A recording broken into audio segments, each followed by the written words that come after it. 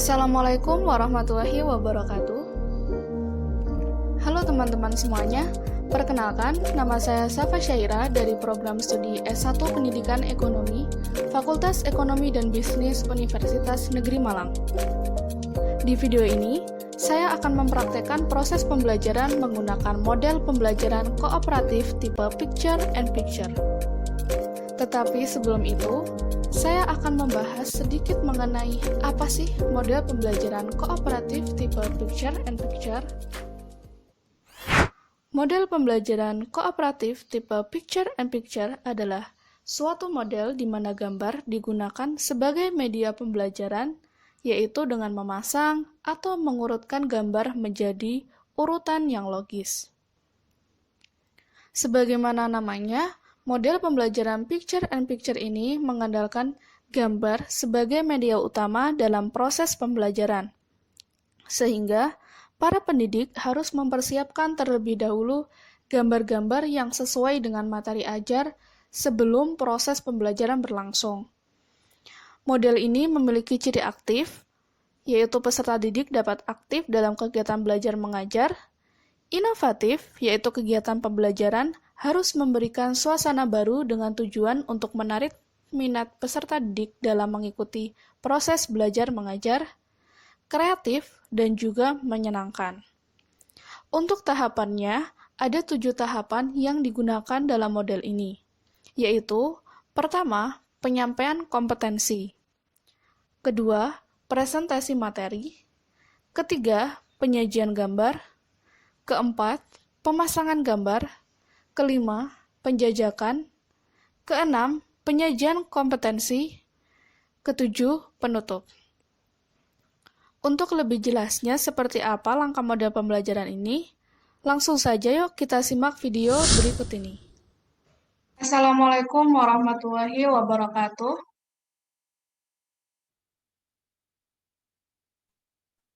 Waalaikumsalam warahmatullahi wabarakatuh. Oke, bagaimana kabar kalian hari ini? Sehat semua ya? Alhamdulillah Bu sehat. Nah, untuk kali ini semuanya lengkap atau masih ada yang kurang ya?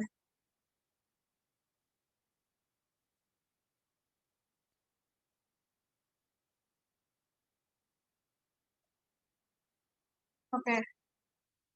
Oke, kalau begitu langsung saja ya untuk pertemuan kali ini.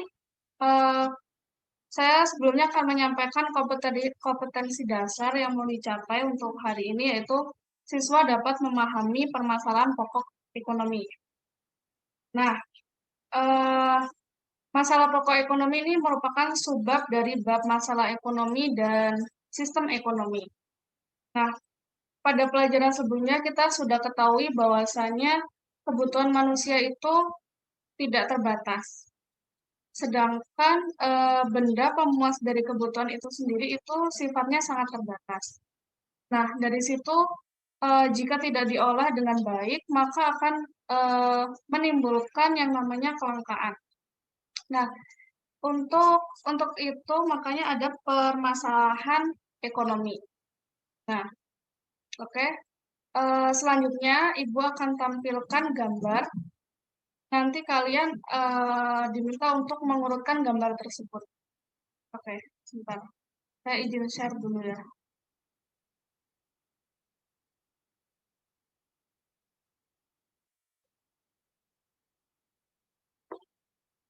Oke, sudah terlihat ya?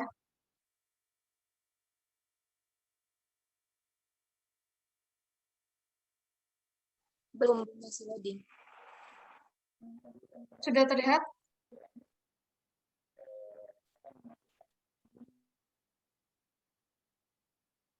Sudah Ibu. Oke. Sudah Bu. Ini ada 2 gambar yang harus kalian analisis. Sama nanti mau diurutkan gambarnya. Oke. Bisa dilihat dulu, saya kasih satu menit untuk menganalisis.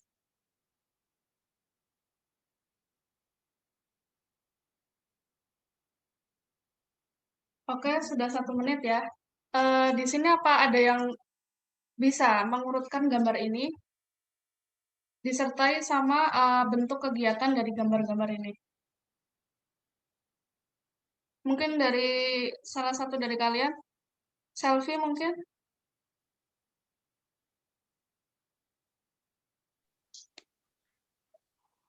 Baik, Bu.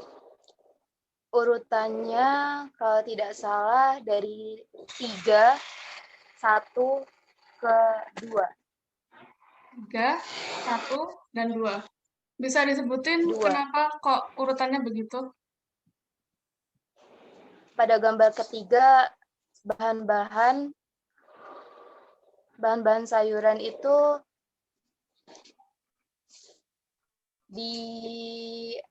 diproduksi atau ditanam. Ketika gambar ke-1 itu mulai pendistribusian atau terjadinya. Yang keduanya itu proses dikonsumsi. Oke. Proses akhir. Oke, jawaban dari selfie betul sekali. Jadi gambar urutannya itu pertama ada gambar ketiga dulu. Itu ada proses produksi. Jadi proses produksi ini masalahnya biasanya ada di pengolahan input, lalu juga di proses produksi dan peningkatan pengolahan outputnya. Itu ada 3 permasalahan di produksi itu. Kemudian di gambar kedua ada gambar distribusi. Distribusi ini gimana caranya menyalurkan barang dari produsen ke konsumen. Dan yang ketiga itu ada gambar 2, itu konsumsi. Jadi setelah semua proses produsen dan distribusi ada proses konsumsi. Biasanya di sini masalahnya yaitu apakah tepat sih barang yang udah diproduksi itu tepat ke sasaran. Nah, biasanya contohnya aja kalau misalkan kita ada di daerah pegunungan. Terus tapi mau memproduksinya kapal. Nah, itu kan nggak tepat. Nah, itu jadi tantangan atau masalah tersendiri untuk konsumsi. Lalu sekarang gambar yang kedua. Oke, bisa dianalisis dulu 1 menit. Saya kasih waktu 1 menit.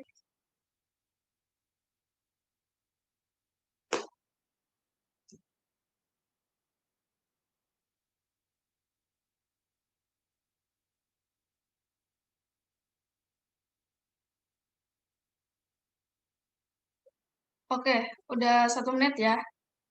Di sini ada yang bisa mengurutkan gambar sama menjelaskan maksudnya itu apa?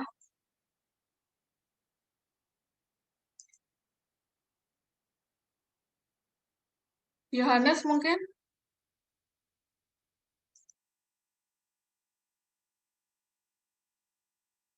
Atau Safa Gita?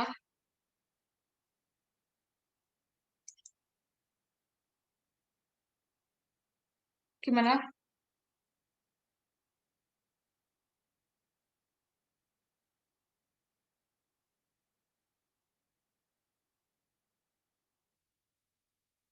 Bisa diurutkan gambar-gambarnya yang benar tuh yang mana dulu?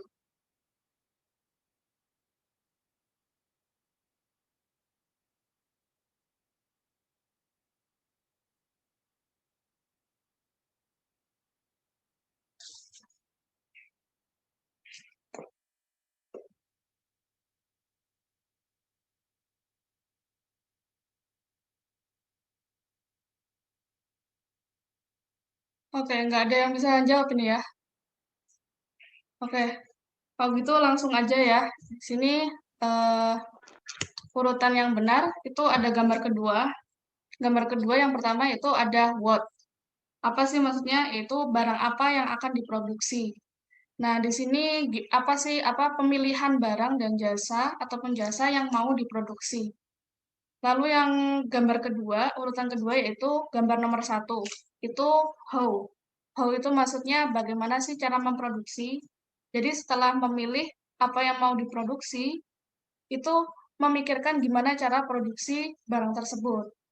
Terus lanjut ke gambar yang terakhir yaitu gambar 3 yaitu for worm.